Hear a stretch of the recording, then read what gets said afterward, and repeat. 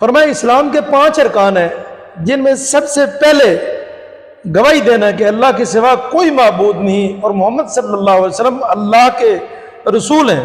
دوسری بات نماز قائم کرنے کی گئی ہے، اور تیسری بات زکوٰۃ کی بتلائی گئی ہے، اور چوتھی بات جو ہمیں سمجھائی ہے وہ رمضان کے روزے رکھنے کی اور قوت حاصل ہونے پہ حج کرنے۔